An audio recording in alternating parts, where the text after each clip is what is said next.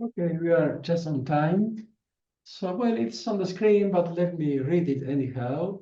So the first talk of the conference is by Fritz Gesztesy from Baylor University in Texas, and the title is The Limiting Absorption Principle and Continuity Properties of the Spectral Shift Function for Massless Dirac-Type Operators. So Fritz, please start. Thank you. I would like to start by thanking all organizers, Ricardo, Sergey, Tunzai, and Slava, for organizing this event, and yes, also for permitting me to play a part in it. So I thought I'd talk about one of my favorite subjects, which is index theory for non-Fredholm operators. And the massless Dirac-type operators are prime examples of non-Fredholm operators. So as you can see, this is joint work with a fair number of gentlemen. So there is Roger Nichols, a fellow American at UTC, Jens Kaat from Denmark, and the rest is from down under, Canberra and Sydney.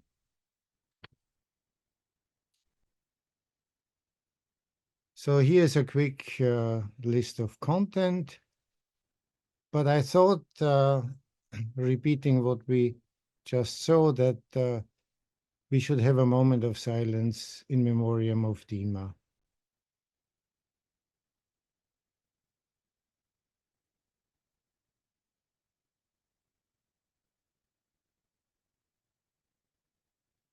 So here's a bit more about the motivation and the topics discussed. So as I mentioned already, index theory for non-Fredholm operators, the so-called Witten index, will play a role in the first part of this talk, in the introductory part. In general, spectral theory for Schrödinger and Dirac-type operators, mostly Dirac-type operators, will be discussed, a little bit of scattering theory, and quite a bit of the spectral shift function.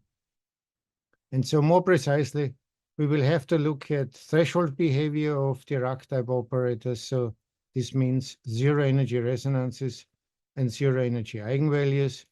We will use a limiting absorption principle. We'll try to identify the absolutely continuous spectrum, and we will conclude with continuity properties of the spectral shift function.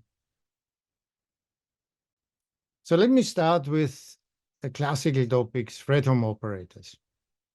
Well, I'm going to do it in a Hilbert space because that's all we need later on. So let's suppose we have a densely defined and closed operator T in a Hilbert space H. Then we all know T is Fredholm if the range is closed and the two numbers, dimension of kernel of T and dimension of kernel of adjoint, are both finite. Well, if it is Fredholm, then its index is the difference of these two numbers. So you see the dimension of kernel of T minus dimension of kernel of T star. But what's very nice is this is also the same as the dimension of the kernel of T star T minus the dimension of the kernel of T star, since kernel of T and kernel of T star T are the same, which means you can reduce this to questions for non-negative self-adjoint operators of the form T star T. So that can be a great advantage, obviously. T in general is not self-adjoint, because if it were, the index would always be zero, and that's not so interesting. So a few facts about the Fredholm class of Fredholm operators. T is Fredholm if and only if T star is, and the index of T star is minus the index of T. And a very useful criterion to decide whether an operator is Fredholm or not is to check the infimum of its essential spectrum. That of T star T and that of T star needs to be strictly positive. Then your operator is Fredholm. So that's, in general, a very, very useful criterion. A few more facts. One that's important is a stability property. So suppose you have a Fredholm operator T and you add a relatively compact operator S to it. As long as the operator S is relatively compact with respect to T. So the simplest expression of this is that S times the resolvent of T is a compact operator in H for one and therefore for all Z in the resolvent set of T. Then the sum is Fredholm and the index is stable, so it doesn't change. So index of T plus S equals index of T. This has a lot of interesting applications. Think topological invariance. So in other words, local changes in the coefficients of a Fredholm PDE operator will not change its index. Finally, there's this famous product formula. So if you have two Fredholm operators so that the product is tensely defined, then the index of the product is the sum of the indices.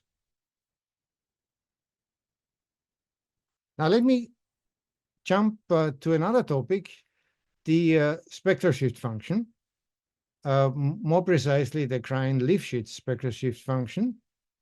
I will have a lot to say about it near the end of the talk, but for now, just a very quick introduction so everyone knows what this function can do for you. In fact, the easiest way to introduce it is by showing what it can accomplish. And what it can accomplish is quite remarkable. It can compute traces of functions of a pair of operators H and H0. So you see under the trace, I have f of H minus f of H0. And on the right-hand side, I have this function xi, the spectral shift function, multiplied by f prime of lambda. So you can see from this formula, this needs some properties of f satisfied. So f prime needs to exist in a certain sense. But let's wait with all that. Let me just give you one example I want to use in a minute. Namely, let's assume that the difference of heat kernels, so of semigroups, is trace class. Then, as you can see in the middle of this page, the trace of the heat kernel difference is essentially e to the minus t lambda multiplied by minus t, and you integrate over xi of lambda.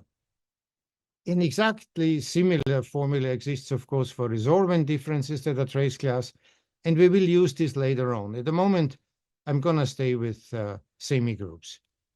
If you want a formal definition, then in a simplified case, so in other words, in an ODE context, the formula at the end that you see here, in terms of a Fredholm determinant and its boundary values, in fact, the argument of the boundary values of a Fredholm determinant is a possibility to define this function xi rigorously.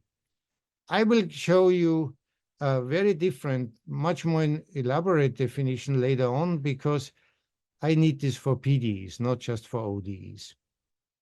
Anyway, so this function can compute traces of differences of functions of H and H0.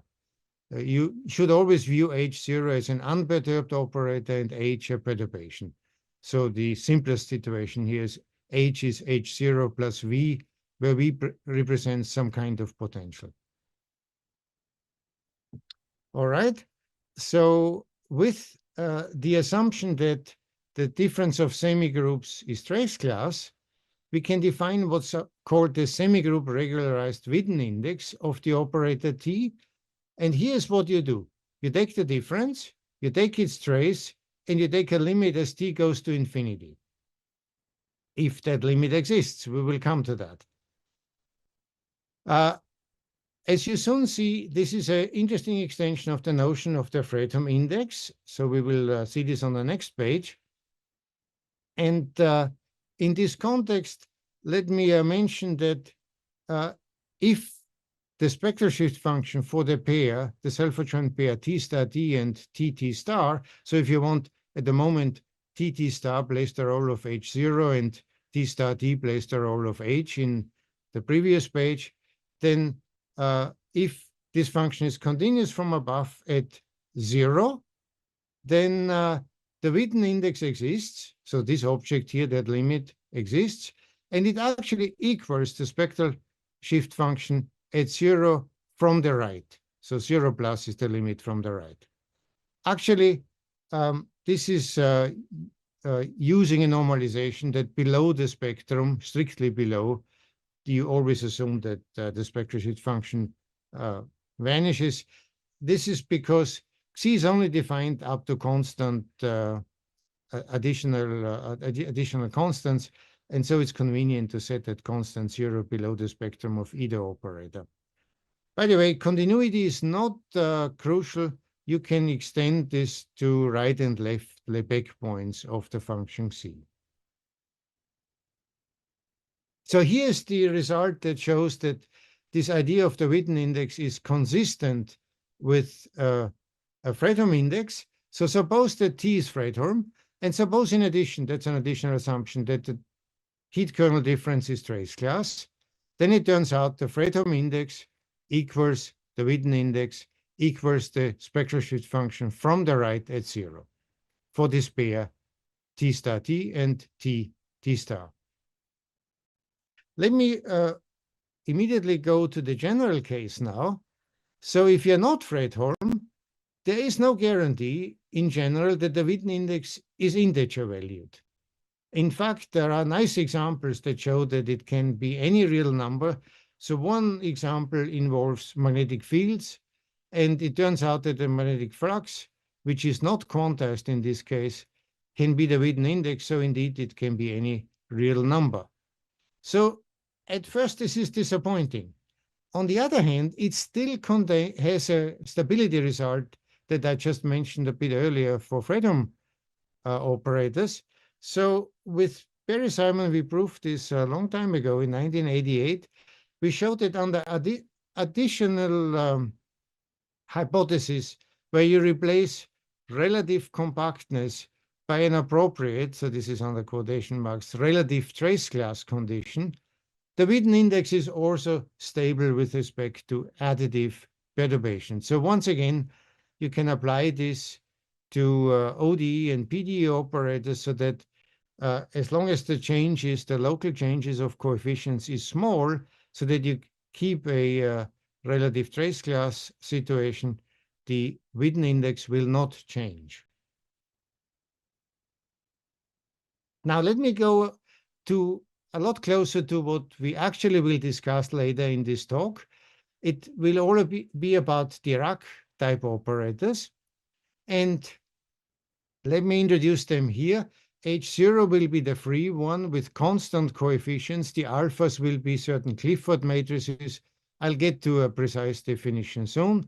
And H, as I said before, will be a perturbation of H0. Of course, the perturbation is now X dependent, so this is no longer a constant coefficient. Valued potential is sufficient decay at infinity.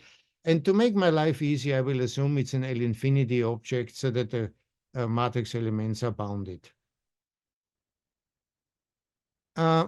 The real object in connection with the Witten index is not a Witten index between H and H0, although that plays a role in it. It's actually a much more complicated object that's following from considerations by Atiyah, Padodi, Singer, Robin, Salomon, and so on. It's related to a model non-Fredholm operator, which is of the form DTT plus a boldface operator A. The boldface operator A is a direct integral of operators, in fact, of A minus. I will explain in a second. That's an asymptote of the family A of T as T goes to minus infinity, plus a perturbation B. We will get to that on the next page. And it turns out that we will be able to express the Witten index of this object in terms of the Xi function for these two operators, so for the pair H and H0. And a little more about this. So the family A of T, which defines the boldface operator A that you see there in terms of A of T, is of a fixed operator H minus, which will be our free Dirac operator, and then a perturbation. And the perturbation P is something that goes from 0 at minus infinity in T to V at plus infinity. So P minus is 0 and P plus being V are the asymptotes of P of T. So in other words, we multiply P plus by a function b that tends to 0 at minus infinity, but tends to +1 at plus infinity. So it's, maybe I go back one more time. It's this object that one is interested in this Witten index business. And as you can see, we now look at H1 and H2. These are the analogs of H0 and H at the very beginning. They are now T star T and TD star. So in this form, dA star, dA and dA, dA star. And so if you want the Witten index, the semigroup regularized Witten index of this operator dA, you can either express it as the limit from the right of the spectral shift function for H2 and H1. So H1 is the unperturbed, H2 is the perturbed operator, or as the arithmetic mean of the C function for the pair H and H0, the two Dirac operators. H0 was the constant coefficient free Dirac operator, and H was H0 plus V.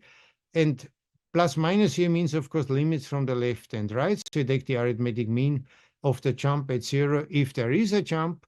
Here, this L is indicating that we need a right Lebesgue point for this function for the pair H2 and H1. So what you can see from all this is this explains our interest in this spectral shift function for the pair H0 and H, where once again, these are Dirac-type operators. So let me get a little more precise now about the Clifford matrices and so on.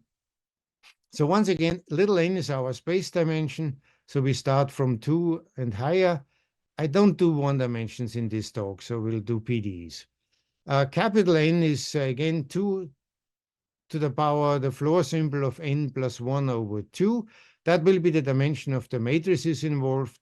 We have actually n plus 1, so little n plus 1 Clifford matrices. They're all n by n. They satisfy the usual conditions, so they are self-adjoint. They anti-commute, or you get the identity when you square them. So this is part of this formula here. And once again, here's H0. It's what I had earlier, alpha Euclidean scalar product with a gradient, or if you want, alpha j I d by dj. You see, alpha n plus 1, which we call beta here, does not enter the game yet. It will on the next page when we introduce a mass. We will mostly be massless, but I want to compare a little with a massive case. And so then you also will see the last Clifford matrix in action. What about the potential? Well, as I said, I want a matrix-related potential, capital N times n, bounded, essentially bounded, and I need some decay.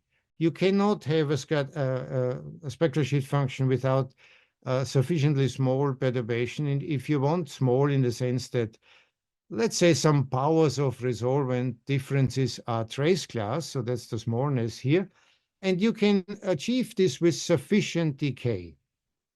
For now, I only need decay faster than Coulomb, so larger than 1, but later on I will have to assume a little more. So this will not be enough for the final results. And once again, H, the perturbation of H0, is simply H0 plus V. And V is this matrix valued potential. I should say that these assumptions are not academic. They are general enough to permit electromagnetic fields. Here's a little bit more about our operators. Let me say that I abbreviate L2 to be L2 from Rn into C capital N and so on. So I will drop the C capital N and just talk about L2 from this point on. And the first thing that we know is that we immediately know from the relative compactness property of the potential V with respect to the free Dirac operator H0, that the essential spectrum of H must be the same as the essential spectrum of H0. That actually is the spectrum of H0, and it's the whole real line. There's no gap in the spectrum. We don't have a mass term. That's why there is no gap. we also know everything about the constant coefficient operator H0.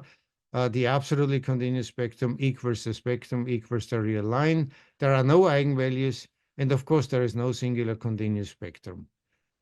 Let's for a moment compare this with the massive free Dirac operator. Then the last Clifford matrix enters the game, and H0 of the mass parameter m, a positive number, is simply H0 plus m times beta. And now if you ask yourself, what are spectral properties of H0 and the corresponding perturbation H0 of m plus v, which we call H of m? Well, we know again that the essential spectrum of Hm is that of H0m, is actually the spectrum of H0m, and now you have a mass gap. So you see the spectrum is no longer the real line, but it's minus infinity to minus m, and then m to infinity, where m is a positive number. Again, you know everything about H0, of course, no singular continuous spectrum, no eigenvalues. The absolutely continuous spectrum is the spectrum. There's also a nice identity. When you square it, you get basically a Schrödinger operator shifted by a m squared. But there's more to this. So H0, I'm returning to the massless case where m equals 0, has actually a limit as the energy parameter in the resolvent tends to 0. This is not so obvious, and in fact, for Schrödinger operators, this is not true in dimensions 1 and 2, but here it's true for all dimensions larger or equal to 2, that the Green's function at 0 energy has a limit. Here is the limit. The general Green's function, or Green's matrix, I should really say, because everything is capital N times capital N, consists of two pieces that involve different Hankel 1 functions. One comes with the identity matrix, I capital N, but the other comes with the Clifford matrices. However, when z goes to 0, the first term goes to 0, and this term converges, and you will get what looks like a Riese-type integral kernel, and we will exploit that a bit later on.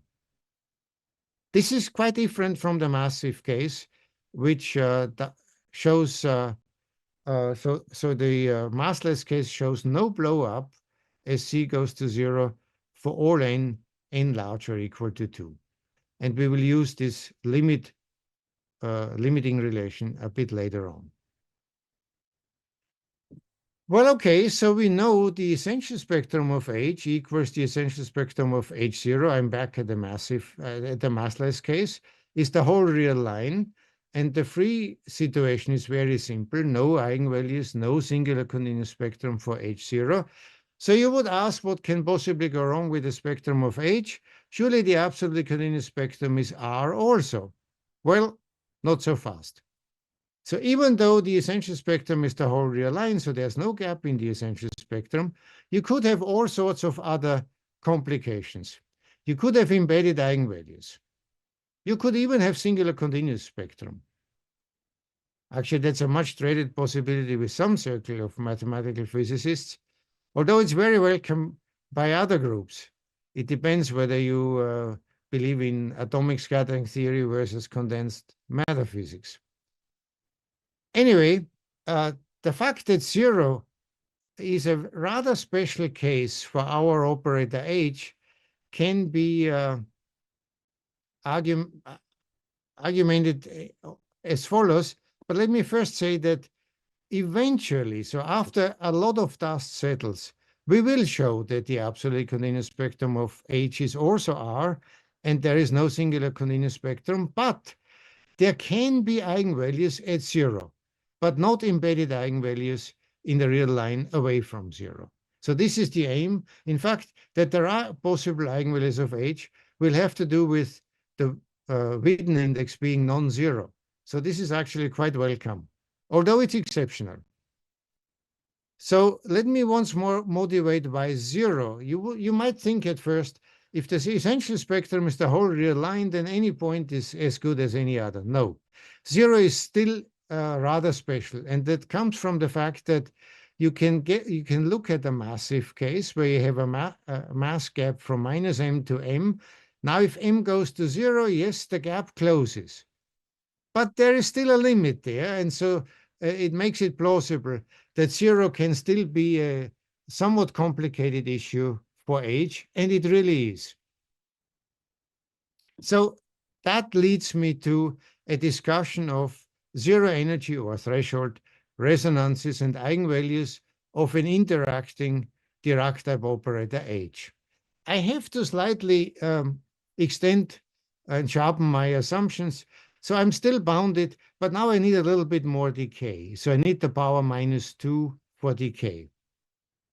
Also, I will eventually, and that's a typical quadratic form assumption, try to factorize my potential into two pieces that involve square roots and the operator U that shows up in the polar decomposition of V. So a partial isometry. Anyway, with that out of the way, we can take a closer look at what can happen at 0. I'm going to start with a non-generic case that you have a zero energy eigenvalue. Well, that simply means you have an element psi in the domain of H, and so the kernel of H is non-trivial. Fine, that's pretty simple. Now, another exceptional case, which is not so simple as you will see, is that of a zero energy resonance. So this means that the Biermann-Schwinger kernel, or actually the limit as the energy goes to 0 from above, and you see I used the symmetrization of V into a product of V1 and V2, has an eigenvalue -1. So that the kernel, that kernel here of 1 plus the Biermann-Schwinger operator at 0 energy is non-trivial. In this case, if you take phi, the element in that non-trivial kernel, and you act with the resolvent on V1 star on that phi, actually this looks much simpler when you write it out in terms of an integral. This function psi then satisfies H psi being 0 in a distributional sense, but psi is not L2. If it were L2, we would be in case 1, we would have a zero energy eigenvalue. Finally, there is the generic case, and you will wonder why on earth did I put that one last?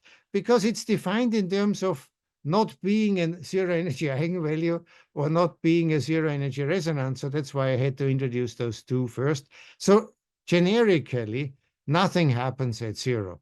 But in exceptional cases, you can have these two situations, 1 and 2 here. Now let's be a little more concrete, and let's see what this means for our interacting Dirac-type operator H. I have to distinguish space dimensions. As always, dimension 2 is by far the most complicated case. Dimensions 3 and higher are actually simpler. The same is true for Schrödinger operators when you look at their threshold spectrum at 0. Case 1 is, of course, the generic case. Nothing happens. H is regular at 0. Case 2, you can have an at most twice degenerate resonance of H. So there can be two resonance functions, not just one.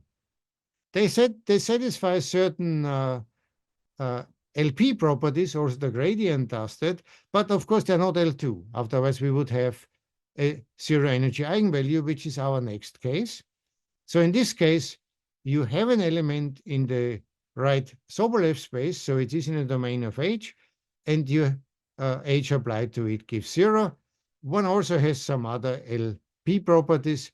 And the worst case scenario, which is also possible, is a possible mixture of case 2 and 3.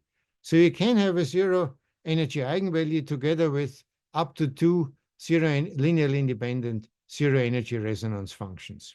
So it's quite complex what can happen in 2 dimensions. Now, in 3 dimensions, life is smooth operators, as it's called. And so that was done in joint work with some of our colleagues mentioned at the beginning in 2021. And again, under the hypothesis I showed you, there is, of course, the essential spectrum equal to the absolutely continuous spectrum equal to R. The singular continuous spectrum is empty, and the only point spectrum possible is that at 0. So I take that back. The only possible accumulation points of sigma of p are 0 and plus minus infinity. And I will soon rule that out also, and we will end up with possible eigenvalues only at 0. So here's a bit what one can say about the underlying Biermann-Schwinger operator again, when you take the limits to the real axis. I'm not going to dwell on that too much, but let's move on. That in addition to what I just said, the wave operators, so scattering theory, exists, and they are complete in a strong sense, in the sense that the kernel is trivial, and the range is indeed the absolutely continuous spectral subspace of the interacting Dirac-Type operator H. So this uses a heavy machine that you can indeed find in the 2 AMS volumes by Dima year 5. So I will take that for granted. Now, let me say a little more about these embedded eigenvalues, and let's try to get rid of them. But for that, I have to assume more. So I need a little smoothness at infinity, if you want. So outside a ball of radius r, I'm going to assume that my potential is C1, and the radial derivative goes to 0 uniformly with respect to directions. I also need to curtail the singularity that V can have. And so in particular, I want this product to be bounded and small enough. So this is a smallness condition, if you want, because the constant C should not be larger than n minus 1 over 2 and not equal. All right. So these are the 2 possible assumptions here. Let me make assumption A first. So you see, under the assumptions that we have, in addition, we assume A, then there are no embedded eigenvalues. So the only thing that can happen is that 0 might be an eigenvalue of H. Finally, if you also assume the smallness condition here, then prove the existence of, and prove the trace formula that I just showed you. As soon as Krein saw this, he was able to extend it to B minus A being trace class, and a little later into the resolvent differences being trace class. So Mark Krein was able to extend this into a much more applicable situation. In fact, ODE operators very frequently have resolvent differences that are trace class. PDEs are a little more difficult. We will get to that. Here's a result that is actually useful in our context. It extends the resolvent difference to powers of resolvents. You see, there's an R here. And depending on whether R is odd or even, let me start with odd first. So if R is odd and an odd power is a trace class, then you have a locally integrable function C that's integrable with respect to the appropriate weight. So you divide by 1 over lambda R plus 1. So you see, if R is 1, we are back to 2 here. And the resolvent difference of these powers of resolvents can be computed in terms of C and the derivative of this power of resolvent function, which is minus R over lambda minus C to the R plus 1. So you see, this is already, year 5 assumes no spectral gap. So this is applicable to massless Dirac-type operators. And I can say later on, the case R being N will work for the massless Dirac operators that we are interested in. So N, little n was the space dimension. So you can also do this for even R, and you need an extra assumption there. This has to do with the monotonicity property of the power R. I'm not going to go into the details there. So once again, we will have two self-adjoint operators for a little while. Their difference bounded. I'm going to assume that the resolvent to the power R difference is trace class, and then so this is not crucial, but it's convenient for the time being. I also want certain relative trace class assumptions. You see, the trace class only shows up when J equals R plus 1, then you get 1. Otherwise, you get Hilbert-Schmidt and even less stringent conditions. And again, as I said, in even dimensions, you need an extra assumption, this relative trace class condition, but with the power R over 2 here. Well, if we take that for granted, then we can introduce a spectral shift function along the following lines. So first we introduce a function f, then we will need a function g. This will be applicable to PDEs, therefore it's a little more involved. The function f is sort of familiar. It's the relative Fredholm determinant between A, the unperturbed operator, and B, but it's not a Fredholm determinant, it's a modified Fredholm determinant. So you see the R plus 1 here, because remember the power of the resolvent to the power R, the difference of the resolvent for B and A was in this trace ideal space BR plus 1. Okay, so this is a modified or regularized Fredholm determinant. So this is one object I need. That's not enough. I need also a function g that I define implicitly in terms of derivatives of traces. These traces all make sense because of the relative trace class conditions I just showed you on the previous page. So B here is the, if you want, the potential times the free resolvent, right? So B minus A corresponds to the potential, and A is the unperturbed operator here. Well, then one can show the following. So one has a spectral shift function Z that's integrable with respect to power R plus 1 in the denominator. And it's related to F, but also to G and the polynomial. Never mind the polynomial. It has to do with integrating G, of course. The polynomial, of course, has limits from above and from below. And there is no issue. This has no effect on the spectral theory of B in terms of A.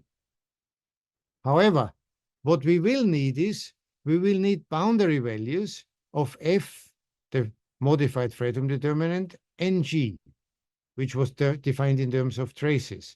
And so you see, C itself is now a lot more complicated. We didn't have these last two terms in the one-dimensional context. We just had a Fredholm determinant. Now it's a modified Fredholm determinant, and we get some extra conditions. And so what I'm going to do in the last part of my talk, so we are close to the end, I will investigate and verify under which conditions these boundary values from above, say, exist. Well, again, I need a little bit more of assumptions. So we had before the assumption that for simplicity, we are bounded. The decay is minus n. Actually, I lied to you. I said minus n. It's minus n minus 1 minus epsilon, the epsilon we had. But you see, I had to go from minus 1 to minus 2, and now I'm going to n plus 1 here. Okay, that's a strong decay, but still reasonable. You cannot expect to get the existence of Xi without sufficient decay. You still want to factorize your potential in terms of a V1 or V1 star times V2 together with the U that shows up in the polar decomposition of V. So this is a typical quadratic form or Biermann-Schwinger type assumption. And we will assume condition A, not condition B. I don't want to rule out eigenvalues at 0. For reasons I explained, I want a non-trivial spectral shift function at 0 energy, but I do want no singular continuous spectrum and so on. And so I make the assumption I have a little smoothness at infinity So outside a ball of radius r, MC1, r can be arbitrarily large here, but fixed. And then the radial derivative should vanish in uniformly in all directions as x mod x goes to infinity. So this is our final and complete list of hypotheses on V. And given that, we can indeed state that, first of all, the spectral shift function exists, and it is a continuous function away from zero. Well, at zero, it could have a jump, but the jump exists. So the limits from the right and from the left exists. If zero is a regular point, then in fact, the spectral shift function is continuous on the entire real line. And so in either of these cases, the very early Witten index applications are now possible in n dimensions. So this was our aim originally with this project. We wanted to show not just that you can apply this to one-dimensional systems, which we have done quite a while ago, but you can actually apply it to PDE systems. And so this was the very first attempt to do so in multi-dimensions. Now, the proof of this is a long story. And so you can see this here. I'm mentioning three results. So something about the limiting absorption principle, a discussion of threshold behavior of Schrödinger and especially Dirac-type operators. And then our main piece, you see over 200-page memoirs of the EMS, in which everything is proven from the limiting absorption principle, properties of the spectral function, and the application to the Witten index is done. Thank you very much. Well, thank you.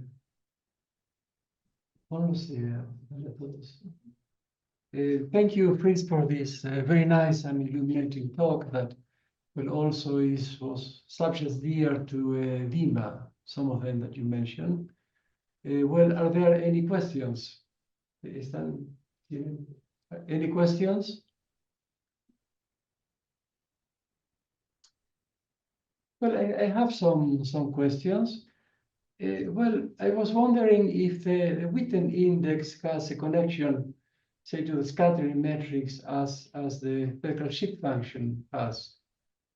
So if it can be related to property of the scattering matrix, or you see, the index is sort of the analog of what happens at zero.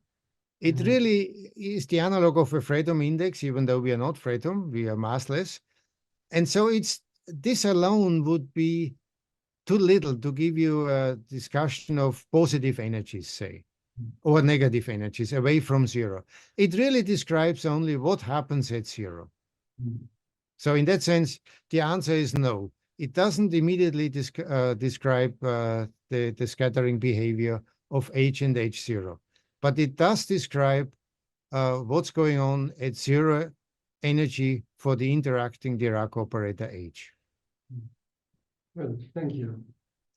Any question? There's a question, I think, by Vladislav Kramchenko. Yeah, thank you, Ricardo. Hello, Fritz. Hello. Thank you for the interesting talk. My question is, what is the essential problem with the Dirac operator with mass?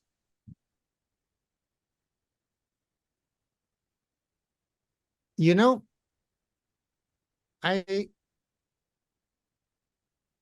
this is sort of what's discussed in the literature at large, and you would find results in Dima's 2 volumes. So generically, people have always looked at the massive case, and so we were particularly interested in what was left out, which is the massless case. But there is no, in a sense, there's no issue with the massive case. So you, under sufficient decay assumption of V at infinity, you have a spectral shift function and so on. And it is, in that case, the scattering phase shift for energies, for scattering energies. So energies larger than m is the mass parameter, and less than -m because you now have a mass gap between minus m and plus m. And the essential and absolutely continuous spectrum are from plus minus m to the two infinities. Okay, thank you. I think there was a question by Jan Resinski. Yeah. Hi. Hi, Jan. Hi. So you mentioned that Witten's index can be non-integer. What is the example? So the very first example I became aware of was actually, it goes back to our 88 paper with Barry Simon. So we looked at a magnetic field system, two-dimensional magnetic field system. So you have magnetic field perpendicular to the plane, and under a suitable assumption of the vector potential, you can show that the magnetic flux, which is not quantized, so it's not an integer, is your Witten index. So this goes back to consideration of Aharonov and Kasha, and we use that to show an example of that form. Thank you. So this is a talk by Pavel. You have Okay, so Hi, Pavel. hello. So my question is the following. You assume some decay of V, yes? And assuming high decay or strong decay of V, you eliminate embedded eigenvalues at non-zero point, yes? Also singular continuous spectrum too. Yeah, exactly. So what is your feeling?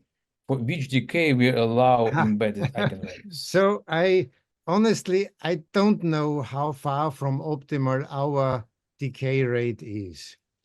We were happy to find one. It could well be, my guess is the minus n is realistic. The minus n minus 1 maybe is too much.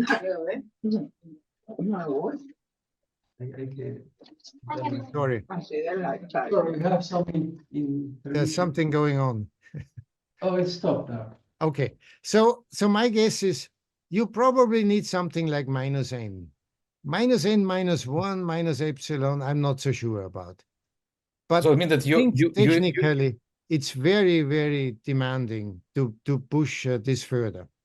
So you expect that your estimate is almost optimal? I probably shouldn't say that, but I wouldn't be surprised. Okay, good. Well, there is a question. Any other question? Well, I still have another question. Did you also consider the long time behavior?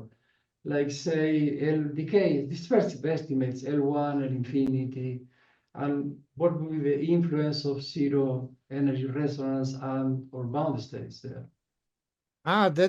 That's a complicated thing. So it is well known that a large time behavior of semigroups would be very heavily influenced by the zero energy behavior. However, I'm thinking of Schrödinger operators, of course, in this context. So I'm bounded from below. The Dirac operator is not bounded from below. So I can't talk about a semigroup. I can only talk about unitary groups. And so I'm not sure how do you translate an operator that has spectrum the real line, and you can't write down a semigroup? How do you translate that into large T behavior? So I'm not clear about that. For bounded operators bounded from below, yes, we know the threshold behavior immediately influences the large T behavior. But I don't know how to make this a well-defined object because I have no semigroup. I only have a unitary group, and the unitary group oscillates, of course. Right. So I don't have a good answer for this. Sorry. Well, thank you. Any other question? Well, oh yes, there is a question by Pavel. So good morning, Pavel. Hi. Yeah. Hi, Fritz. So Hi there. your potentials are regular. What about singular potentials? Oh boy. There seems to be embedded eigenvalues away of zero. If you have a surface and you put a suitable combination of coupling constants, then Yeah. you divide the space into two, and so you have two not communicating regions. So you can have embedded eigenvalues. I can, but I have to say, and this is sort of an excuse, of course, it took well over 200 pages to establish the bounded case. So I don't really want to go back and relive all this for singular interactions. My guess is, as long as you have some decay at infinity, you can save some of this. But it comes at a cost. The technicalities are incredible. So we were so happy to have the first result for PDEs anyway in this context. So at that point, we were exhausted. Okay, thank you.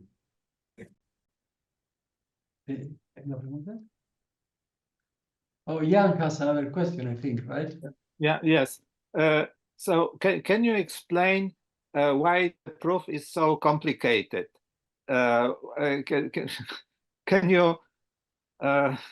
So intuitively, you could see a little at the end when I had to introduce all sorts of objects and their boundary values to the real axis. And generically, there is very little done, apart from maybe 2 papers by Dima on the subject of Dirac operators and his book. Apart from that, you find very little on spectral shift functions. And again, the reason that the Dirac operators are not bounded from below is a huge obstacle. And all I can say is, of course, the limiting absorption principle had to be used. That's a heavy machine, the local Ricardo smoothness and all that. So it doesn't come for free. We had to use a number of machines that were available, put them together, and then investigate these functions f and g that I just introduced near the end. And that's really where all the headaches go into.